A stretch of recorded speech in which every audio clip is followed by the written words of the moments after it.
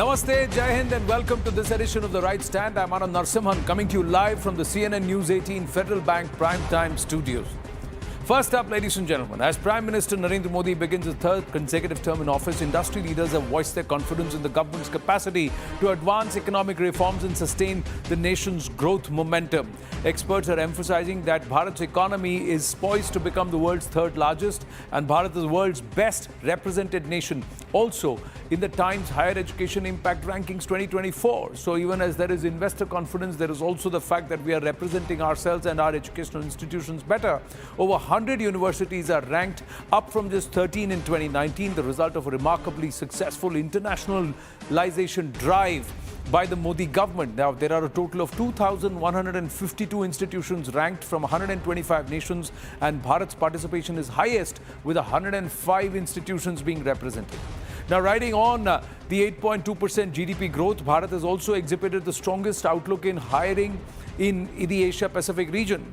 In the APAC region, Bharat ranks 6th globally, in fact, for its employment outlook during July-September quarter of 2024, with a net employment outlook,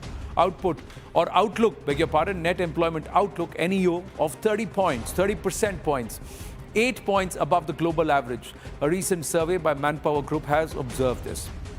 And the technology giant Apple Inc. has pushed the pedal on exporting iPhones from Bharat by racking up the exports valued at over $2 billion in the first 2 months of the current financial year, FY25. Yes, this accounts for 81% of the country's total production of iPhones, worth about $2.6 billion. In May, Apple repeated its performance of April and once again crossed $1 billion of iPhone exports. So a lot of parameters looking up for Bharat, ladies and gentlemen. But tonight, here on The Right Stand, we are going to look at Riyasi, Doda and Kathua. Yes, we have all eyes on Riyasi, Doda and Kathua tonight in this edition of The Right Stand.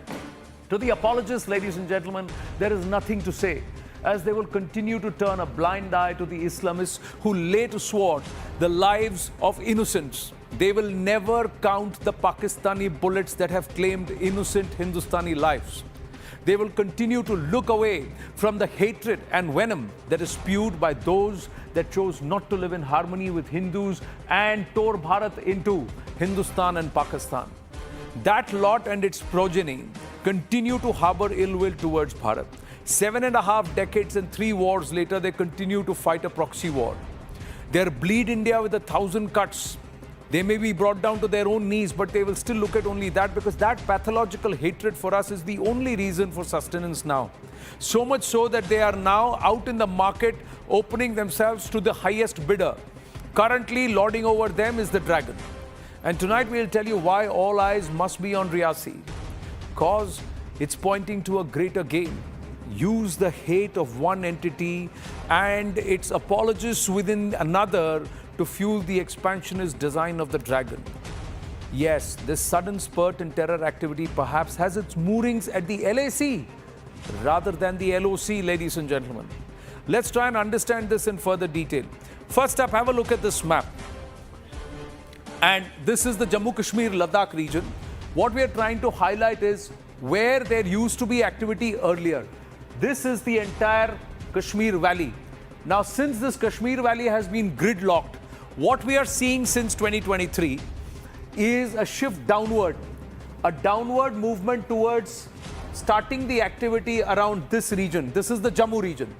So, this is Muzaffarabad. The terrorists are infiltrating via the LOC or via the IB, getting into from the Samba sector, moving towards Rajouri, and this is around the Pir Panjal range here. And from there, they're spreading into Riyasi, Doda, Kathua. So they're moving downward, because this area is gridlocked by the security forces. The green area is gridlocked by the security forces, and they are now trying to be active here, create activity here, and thereby target largely more the Hindu population. And this Jammu region create problems here. Now, why are they wanting to do this? Why are they no longer focusing on? So there is a security grid, and this terrain is different. Topographically, this terrain is different. This has got large, widespread areas geographically, less populated, so humant is lesser, and the terrain is far more conducive with caves, jungle region, and this region. This is where they are largely hiding. They go back and hide. They shoot, scoot, hide, hibernate, and then they come out again. That's what they're trying to do. Now our group editor security, Manoj Kumar Gupta, getting us some more details. And this is the other region. Why we're saying look at the LOC, keep this area in mind and see why this activity is happening from here. See, we are covered on two fronts by the enemy. China here, the PLA there, and this is Pakistan.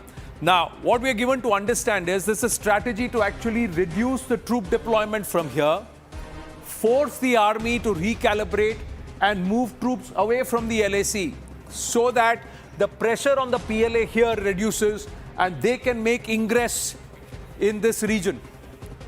That's what top intel sources are telling us, that the strategy and the aim is to create pressure on the forces, and this is what they want to do. They want to create pressure on the forces.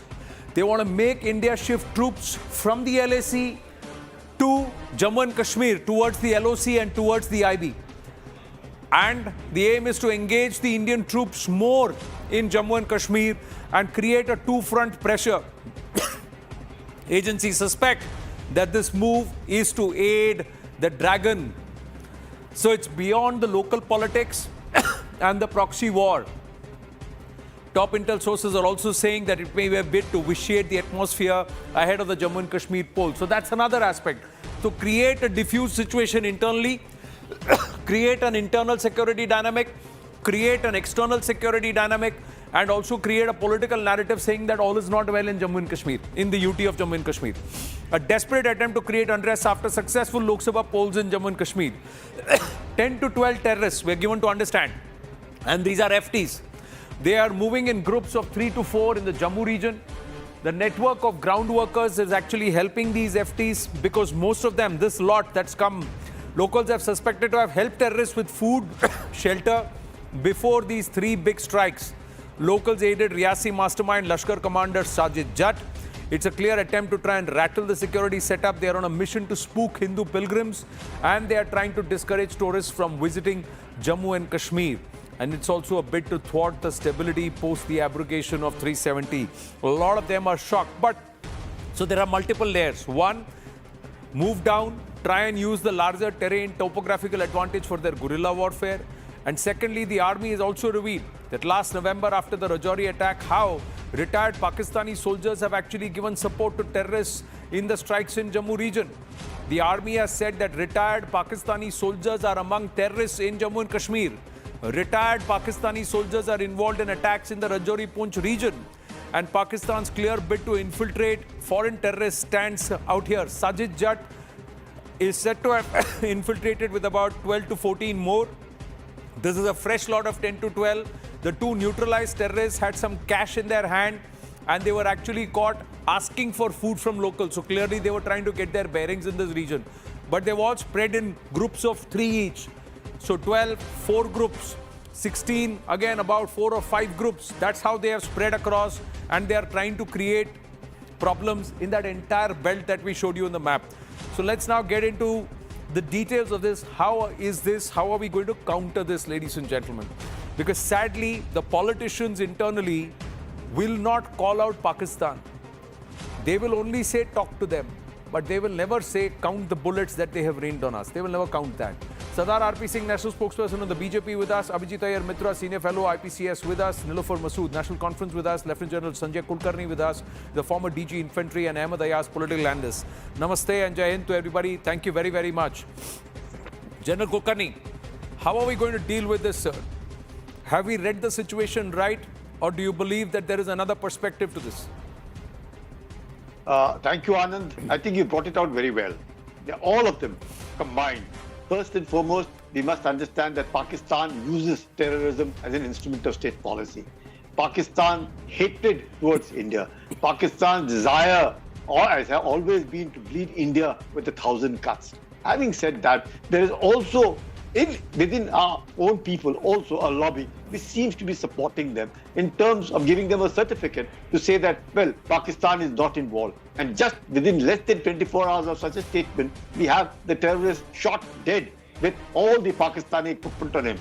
You find M4 rifles with them. You find all the sophisticated equipment with them. There's no denying the fact that, of course, in the valley, there's been a large population that has voted. 54% has voted in Baramulla. But what surprises is that people who are in jail for the last 5 years for money laundering, for reasons connected with terrorism, have been elected with over 4,72,000 votes. That is also something which is alarming. And the person has been able to defeat the ex-chief minister of Jammu and Kashmir. So that is indeed very, very alarming that such kind of mindsets exist. And so now to target the Hindus, target all tourism. Over 2 crore people had visited Kashmir. Over 1 crore people visit Vaishno Mata every year. This is a place where tourism exists. Nothing can exist. None of these terrorists can ever survive in India without logistic support. That's something which is very, very important. If anybody says, well, these are what the resistance front and this all part, nothing. They're nothing but Lashkar-e-Taiba's front, which had to rechange their names primarily because of the pressures from the Financial Action Task Force. And since they were on the grey list, they moved on. But they are none other than supported by ISI. And you rightly brought it out, Anand. There are ex-servicemen of the Pakistan Army deeply involved because much of their activities, whether it is surveillance, reconnaissance, bringing in weaponry, using the kind of weaponry, targeting. Imagine in Riyasi, the driver being shot right in front. That's where the bus went down. That means how much of recce has been done, how much of the people, those eyes and ears are there. Overground workers that are functioning over them, the sleeper cells that are activated over there. So all this is something which we really need to look into it, and we also need to tighten our own activities. It's much easier, but all said and done, the synergy within our own security forces is extremely, extremely essential, that at no point of time, much that Pakistan remains a terror hub, Pakistan continues to use terrorism as an instrument of state policy, but be that it is, it's an enemy which will do it. But we also need now to take steps to ensure that these things are not repeated. Much of these 172 of these terrorists that were killed in 2022, they had over 100 of them associated with the resistance force. In 90 encounters that had occurred, 70 to 42 foreign militants were killed. About 70 to 80 have infiltrated now. So all this, of course, is being tagged on. But yes, there is a need for us to ensure that these kind of things are not repeated. Jammu was a region which was supposedly free of militancy for almost 30 years, and all of it was concentrated. But now with the security kind of a grid tightening up in the valley, they found an easier route coming through Poonch, Rajouri, Riyasi, going down to Doda, Kishtwar, and Bhadarwah, and on. So this is somewhere a soft belt with a mixed population. Places 50-50, 60-40, 70-30, but a mixed population. Unlike the valley, where population is concentrating is only of one particular community and larger than 95%. Over here, at least, is a mix of 50 and above. So there is something which they can create a divide. So we ought to be very, very careful, and something very challenging. Pakistan will continue to do it, and you rightly said, it is now sitting in the lap of China, and China is dictating all of it, and therefore we need to be more careful. Well, classic game on a chessboard, and if you were to see, create diffusion and create something somewhere, and then the other opponent is gets caught up there, and when you make a move from another side, and this is exactly how the play seems to be of the dragon. Abhijit Iyer, Mitra, your perspective before we get into the politics of it with Nilofer Masood and Sardar R.P. Singh. Yes. I think there's many layers to it. Like you've pointed out, this is such a multi-pronged game. You know, China and moving troops away is one thing. But to show up the government as kind of weak on security immediately after the elections and a perceived loss, I mean, if you want to accept that or not. Then there is the fact that, you know, Kashmir has virtually been normalized, except the Pir Panjal range, where there is an insurgency on. The insurgency situation is ended. There will be acts of individual terrorism. The point of, you know, timing attacks so close is to break that sense of normalization. Sir had previously mentioned, you know, how they want to destroy the economy out there, the tourism economy, which for the first time is no longer a rentier economy, you know, where everybody depended on the army and security force deployment for their income. Almost 54% of Kashmir depended on these guys for their income. That has been broken. Kashmiris are making money. If you actually check up hotels in anywhere in Kashmir, a 5-star, you will not get a room for under 30,000 rupees. It is peak season, both summer and winter right now. They don't want that. Why don't they want that? Because that was their big leverage. It is what sells them to China. The only thing they can realistically show China is that we have this leverage on India. So it's very important for them to get that leverage back. The other final point here that I'd like to make is, their game has always been to get local parties to say, Pakistan is a stakeholder, talk to them.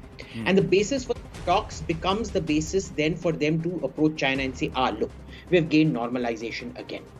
Now, I don't look at Rashid Engineer's election as something particularly alarming, and I'll tell you why.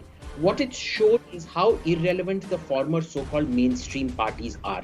Mehbooba Mufti lost her election. Omar Abdullah lost his election. All of them lost it because now they are desperately on the point of being completely negated to the margins.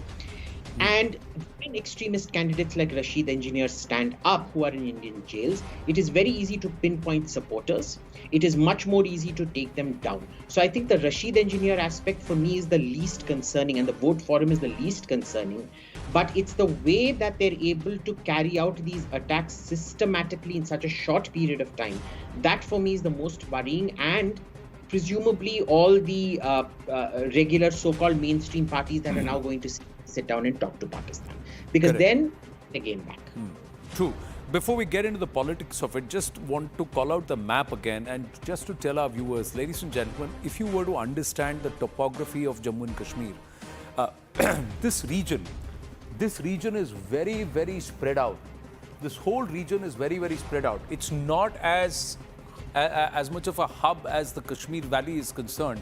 The Jammu region, especially when we come to Kishtwar, Doda, Riasi, and this entire Punch Rajouri region, they're all very spread out and it's very sparsely populated. So for people and for you to establish a security grid and also to gather human, it's not very easy. But when there is cover fire and these people who come into Bharat via these infiltrating routes, they don't know their bearings. They need OGWs. There has to be local support for them to be able to do this. And Sardar RP Singh, when that is happening, that means that there are still elements who are operating here, who are embedded here, who need to be weeded out. Two of the terrorists, one of them, we've got confirmed information on News 18 India that one of them had at least 1 lakh rupees of cash, that is Indian currency. So somebody has handed them that money. They didn't know their way around. They were asking locals for food and shelter. So clearly they didn't know their way around and they've been confirmed as foreign terrorists. But somebody has handed them money here. Somebody has shown them their way here and they've moved in. Well, Anand, there is no doubt that there are overground workers or overground supporters for them here in Valley also. And then right from the political parties to the lawyers and to businessmen, although government has reined in lot of them, especially the people who are supporting them financially, they have been checked now. But yes, there are political supporters. If I have to name blatantly, then Farooq Abdullah is supporting them. I mean, not that handing over money and all, but otherwise giving them moral support. When he says that, oh, India should be scared of Pakistan, Pakistan has a atomic bomb, or when he says that we should open a dialogue. I mean, after they have killed people, they have killed our Indian citizens. I mean, he's not counting the bullets, but he's saying, oh, we should have a dialogue with the Pakistan. So it's in a way supporting their cause, and then it's happening both ways. I mean, it's happening from the Pakistan also. Pakistan is also supporting people like Farooq Abdullah or the Congress party. The deep state was all out here to ensure that the He's not ruling Jammu and Kashmir. Please, you will have a chance. So no, you people have become used to just pulling leg off all those ornaments. Can I complete? Let him make his point. Let him make his point and then you counter, ma'am. Let's not speak over each other. Please. Yes. I'll come to you after this straight away. After Sardar RP Singh makes his point. I'm just stating the facts, and the hard facts pinches. The fact is that Fawad Chaudhry would not say a word without the support of the deep state. And what was Fawad Chaudhry saying? Support Indian Alliance or support, we want Rahul Gandhi to be Prime Minister here.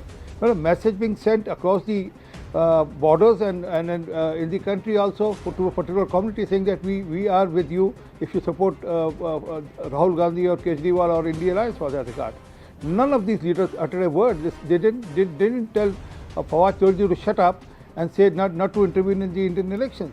And then so none of them have criticized the deep state of the Pakistan who is creating all this disturbance in India. I mean, they welcome the dialogue with the Pakistan, but they never talk about the people who have been killed here or about the bullet shot or number of bullets shot here. I mean, so they indirectly or directly support the people from across the border. And also people like Rashid Engineer, who is arrested now, when he was one of the supporters. And then also there were people who were giving the financial aid to these people, and they've been arrested by NIA. But yes, government has to take action on this. A very strong action and a strong message need to be done. Timing and has to be calibrated with the army. Let army decide whenever they want to retaliate and in what form they want to retaliate. But this has to be curbed. This has to be reined in now. It's high time it should be reined in now. So, Nilofer Masood, please respond. Ji. It's very unfortunate that we are blaming Dr. Farooq Abdullah for every attack. It's very unfortunate. We should question those who are directly ruling this Jammu and Kashmir from the last 10 years. That is now 1 decade. Why don't we question them? There is security lapse. We need to ask them, and they are at the helm of affairs. They should explain us what is the reason of these consecutive terror attacks. There is escalation of the violence in the Jammu and Kashmir, and especially after the abrogation of the Article 370 and 35A. We are given to understand that these are the two impediments which results in not curbing the militancy in the Jammu and Kashmir. But now what has happened? We don't have 370, we don't have 35A. Then what is the reason of all these?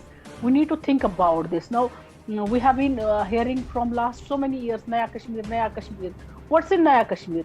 We don't find peace, we don't find normalcy. BJP has been just thumping and saying that there is return of normalcy in the Jammu and Kashmir. Where is the normalcy? When the last elections were held in Jammu and Kashmir, we didn't find any BJP, and those people who were proxy candidates of the BJP, they have supported the person who is involved in the terror funding. They need to question, they need to answer this question. On one side, we are trying to just curb militancy, and on the other side, we are having some other reasons because we want that one person whom they don't like, that he should lose anyway. So there are people who are at helm of affairs. If they will not understand today, if they will not accept their failure in the Jammu and Kashmir, who is going to question? Our panelists are sitting here. We cannot blame every time for every fault, whatever is happening in the Jammu and Kashmir, that only mainstream people are responsible for it. They need to take the responsibility for it. Okay. Mr. R.P. Singh is sitting here. Let he tell me that how Dr. Farooq Abdullah is responsible. He is saying that we people are supporting, we are telling India that they should hold talks with the Jammu and Kashmir. Yes, we are telling them because of the reason when there was ceasefire agreement in the year 2021. Then we didn't find any such incident which were happening on the border. We have seen peace there. Our borders are now cool. Okay, Nilofer so when Masood we talk to those people, that is the reason. Nilofer Masood ji, here are 3-4 questions, ma'am. Steps so that we can save the lives of people. We can play back, and this is for record because you have spoken uninterrupted till I have raised my voice right now. Why is it that mainstream political parties, including the National Conference, say violence and not terrorism? Why is it that mainstream political parties say militants and not terrorists? Why is it that you just now said we have asked India to speak to them? That itself is soft separatism, because you are yourself, as a mainstream party whose leader has been a member of parliament and a former chief minister, is speaking the language of Jammu and Kashmir being separate from the central government. You should have said that the government of India, you should have said the central government or the center. You said India. You didn't say terrorists, you said militants. You didn't say terrorism, you said violence. And ma'am, tell me one instance where Mr. Farooq Abdullah, no, 1 minute. And finally, tell me one instance where Mr. Farooq Abdullah or anybody from the National Conference has blamed Pakistan for terrorism in Jammu and Kashmir and in Bharat, across Bharat, has said that we need to stop the Pakistani bullets have claimed innocent lives in Jammu and Kashmir. Tell me once on record when. Why don't you say it tonight? Why don't you say it tonight? Jammu and Kashmir, which is why don't you say it tonight?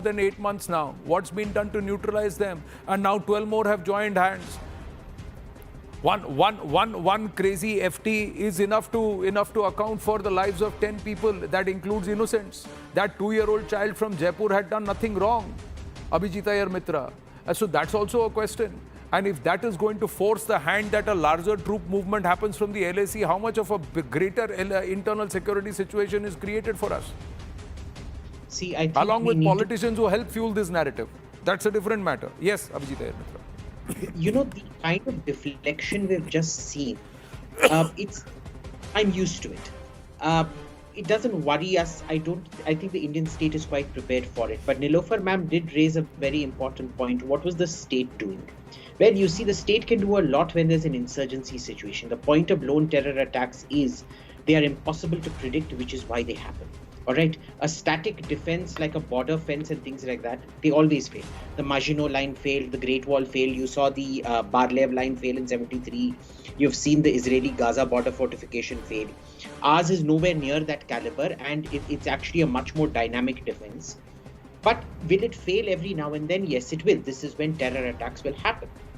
But we need to remember a lot of these people have been caught, they have been shot, they've been killed, as far as I can tell. At least 2-3 of them were shot and killed just today or yesterday. 8 this year. There is a system in place where, these days cash has become digital. Today, when anybody's saying cash, they actually mean Phone Pay, Paytm, Google Pay, what have you. Which means it becomes very easy to track them as well. Today, you can't be in India without having digital identification and things like that. You'll actually come across as very weird, and you literally have bling bling lights on you saying, not an Indian, if you don't have your mobile phone and go around without digital payments. Abhijit Iyer Mitra, let me tell you, from Delhi to Srinagar and beyond, and from Delhi to Jaipur and beyond, Delhi to Hyderabad and beyond, there are still many people who deal only in cash. There are. And they do so purposely. All their business is only in cash. It is in cash, but remember, cash also gets caught. Cash leaves a trail. There are, especially in Kashmir, I think you were also on that trip with me, if I'm not mistaken, Anand, or somebody from News 18 was, where we were taken and shown the entire surveillance and intelligence apparatus for checking how cash is counted and things like that in cash transfers. There is a reason these terrorists, when they came in, they couldn't do the normal system and I had to go around asking people ki ye kahan hai, wo kahan hai, and things like that. Is it perfect? No. Are terror attacks going to happen? Yes. Is it going to be at the level, scale, and a state of insurgency like before? No. But is it going to force the hand? Is it going to strategically compromise our plans? And are we going to be exposed to a two-front battle or a two-front situation, a proxy war on one end and a direct aggression on the other? That's the larger question which we are still facing. And they are going to make a move. The PLA will move in. They will do it. Whether they do it around the Ladakh region or in Arunachal is a matter of time. But Ahmed Ayaz, coming to you, some hard, tough questions need to be asked all around. How much of soft peddling will it happen? Will continue? No, where is the soft peddling? You see, question is that it's a matter of combat by the security. They have to be continuing with their operations without any laxity. But the point is, you see, to me, situation looks to be much more serious than what it was earlier on 2-3 counts. One being that the government having made it clear with confidence that the situation is so normalized, even the rush of the tourists have gone up tremendously. That's of course true, because this is the confidence given by the government to the people that the situation is normal. That's one. Second, despite having given this this confidence, and the incidents are continuing, and well we agree that there are a reduction in the incidences, but unfortunately the incidents taking place now are causing too much of damages. That's one. Second being that this is now extending to Jammu areas. I mean, that way I feel this is more kind of a seriousness as it was seen earlier, because earlier we knew that militancy is there, situations is bad and anything can happen anywhere. But today, when ultimately we believe in the government, when they give us a confidence as a public, as a people, that everything is normal, and we also say that everything is normal, we plead the government But the question is that where is the normalcy? Where is the see, last year in Anantnag there was a big incident. One major got killed, one DSP got killed, and today in the Riyasi 9 people, civilians got killed, yatris got killed by the militant attacks, and now for 3-4 days last there is continuity in the incidents in Jammu areas. Let's I mean, my point is why is the failure? Of course, somebody may say there's not a failure. There is definitely a failure. Why is the failure? That government must come out. What's wrong with it? Now you may say that, so he is giving a statement that I think that's not going to matter much. I may say something. Let Sardar RP Singh answer your questions. You make very valid concerns. You've raised very valid concerns. My only issue, sir, is why the hesitancy to call it terrorism? Why do you stick to this word militancy? We call it terrorism. These are foreign terrorists. You know these are foreign terrorists. Why do you still call it militancy and soften it? Why do you still quote it? You know the difference between militancy and terrorism. This is a deliberate lexicon and a narrative that's been pushed over 3.5 decades, and you continue to push that. No issue. We call it a terrorism, and we call it. We call it a terrorism, and we call this also. This is Pakistan sponsored. That also we'll say. But the point is, you're not doing anybody a favor. That's a reality, sir. So own it up is what I'm trying to say. Don't say it just because you're in a debate and I'm pushing you to do it. Say it, let it come out naturally. But RP Singh, please respond. Where is the intelligence? If there is a sense of safety, why is the safety not there? And who's going to take responsibility and onus of this? Ahmad Ayaz making a few points. Yes, RP Singh. Well, obviously, responsibilities of the state machinery and the intelligence agencies. No one can say no to that. But it's not that government of India is not making efforts. I mean, you're playing that how many terrorists have been killed? Probably 76 terrorists have been killed till now, and overall there has been a decrease in terrorist activity compared to last few years. I mean, if you compare with the last few years, it is much lesser, almost 50% less than what happened last year or what happened year previous to that. But yes, as I said, a composite, complete reply need to be given on such attack, and I'm very hopeful the army will be calibrating it, and then the government of India will support whatever action army need to take, and there's a high time that a strong message need to go to terrorists and Pakistan both, and also the supporters of the Pakistan here in India, including Mr. Farooq Abdullah. Sir, and this gridlocking of this entire region cannot be done only by the army, with due respect to the Indian army, not taking any credit away from them, but it has to be done by the army, the CRPF or the Para and the Jammu Kashmir police. They have to work together because they are the ones on ground who are bearing the brunt of it. The CRPF jawans, you can't take away they have got the responsibility of securing the grid internally. The Jammu and Kashmir police is the one that gathers a lot of the humint along with the military, that means the army. So let's not try and say only one group, one arm is going to do this. It's got to be done collectively. And are they working collectively? If these incidents happen, Sanjay Kulkarni ji, I'm just asking you the same thing again. Is this going to force a troop redeployment? And if that happens, does that mean that we lose strategic advantage at the LAC? Because that's the larger game, that's the greater game. This is all diffusion and internal dynamic. See, Anand, as regards the redeployment is concerned, that's an ongoing process. But very important to what you've just said, you can have the synergy amongst the security forces, everything is being done. But how do you change the mindset of the local people? The local people have to cooperate. The day the local population decide that they are not going to give any logistic support to anyone who's an outsider, you will find it will cease to stop. But the fact is, we can all work. The army, the CRPF, the paramilitary forces, the police, the various agencies that are functioning over there, all of them can work. But work when? After all, you can't get into the mind of the civilian, who's the one who's providing the logistic support. So it's very important that terrorism has no religion. All of us have to get together and decide that we have to stop it. It will stop within 72 hours. But if within the state, if there are people who try and prop up that, well, Pakistan this and Pakistan that, and then you kind of say that they are not involved, each one of them giving certificates of clearance to each one of them and providing logistic support, it is, But you also appreciate, you also difficult. appreciate the, Rajouri, Poonch, Doda, Kishtwar, these are all areas which are very scattered. Topographically, they are very spread out. Absolutely, And all yeah. these bastis and these villages are very small ones. And when somebody walks in with an M4 carbine or an AK-47 and intimidates that house and forcibly moves into that house and lives there at the threat of the gun, how much can you expect the locals to help? But yes, a lot of the success is also because you're getting human on ground. Yeah, Anand, I have myself encountered a lot of these people. Yeah, in I'm asking Doda you this and because you Kishtwar served and there, all so over. that's why, yeah. It's extremely difficult. Rajouri, Poonch, you'll find these, ladies who go for cutting grass.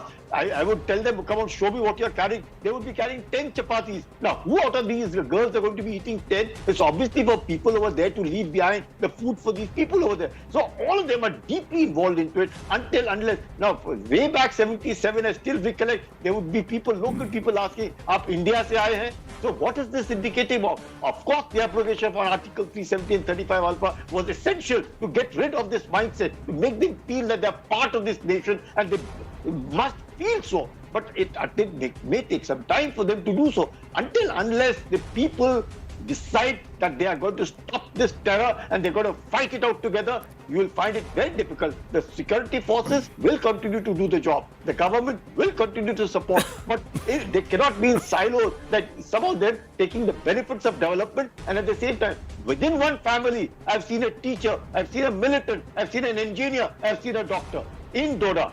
What are we talking about? And I would go to that family and tell them, why did you get that boy of yours back into this team?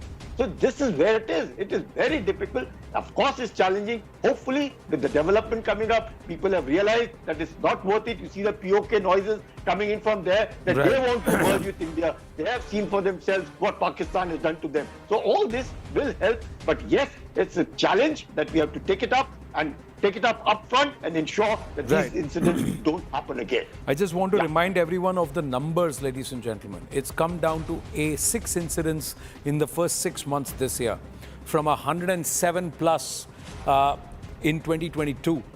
It brought down to 27 in 2023. It's 6 incidents that have happened in the first 6 months of this year. The loss of lives hurts. Any single incident hurts, because we always must remember that we have to get it right. Our security forces have to get it right 100 out of 100 times, 10 out of 10 times. The terrorists on the other side can fail 9 times, but if they get it right 1 time, if they succeed once, we will lose innocent lives. That's the challenge we all face. That's the challenge we all collectively face, but there is a greater strategic intent and impact of this too. I thank all our panelists. Thank you very much for joining us. We're going to take a very short break here on The Right Stand. When we come back, we'll have a person who served in the thick of all this action in Jammu and Kashmir. Lieutenant General KJS Dhillon joins us. Stay with us.